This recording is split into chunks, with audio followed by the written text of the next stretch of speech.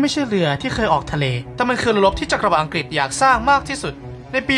1809 ราชนาวีอังกฤษออกแบบเรือใบขนาดมหึมาชื่อของมันคือ HMS Duke of Kent ปืน 170 กระบอกด่านฟ้าซ้อนหลายชั้นใหญ่เกินกว่าที่เรือส่วนใหญ่จะรองรับหนักจนโครงสร้างแทบรับไม่ไหวถ้ามันถูกสร้างขึ้นจริงมันจะเป็นเรือรบที่ติดอาวุธหนักที่สุดในประวัติศาสตร์แต่ความทะเยอทะยานไปไกลเกินยุทธของมัน HMS Duke of Kent